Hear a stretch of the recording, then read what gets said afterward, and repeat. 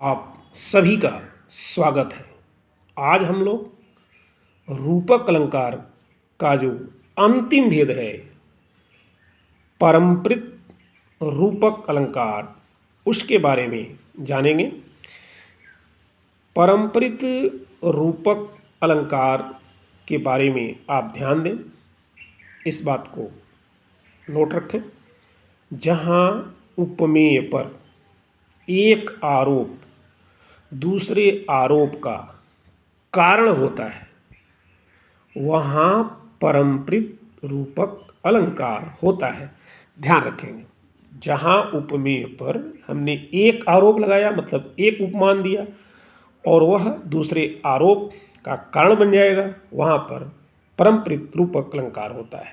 इसी बात को हम आपको और विस्तार से समझा दें कि जब किसी पद में, पद अर्थात काव्य में, कविता में, पोएट्री में, ध्यान देंगे, कम से कम दो रूपक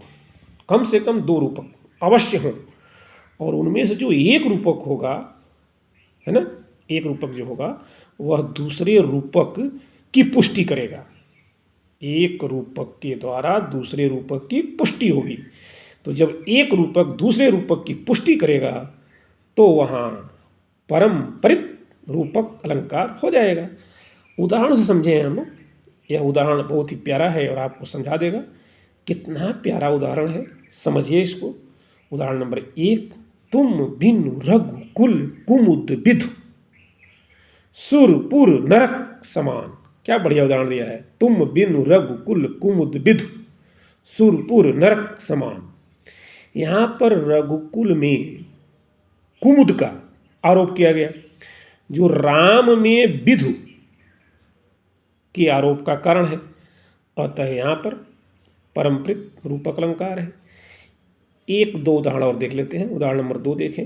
जय जय गिरि जय जय जय गिरिराज किशोरी जय महेश मुख चंद्र चकोरी।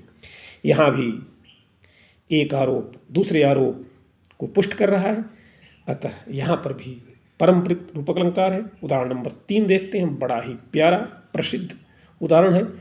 बढ़त बढ़त संपत्ति सलिल मन सरोज बढ़ी जाए। यहाँ हमने केवल एक ही पंक्ति दिया है, क्योंकि यहीं पर पारंपरिक रूपक अलंकार है। दूसरी पंक्ति आप जानते होंगे। बढ़त बढ़त संपत्ति सलिल मन सरोज बढ़ी जाए। बड़ा नीति वाक्य है।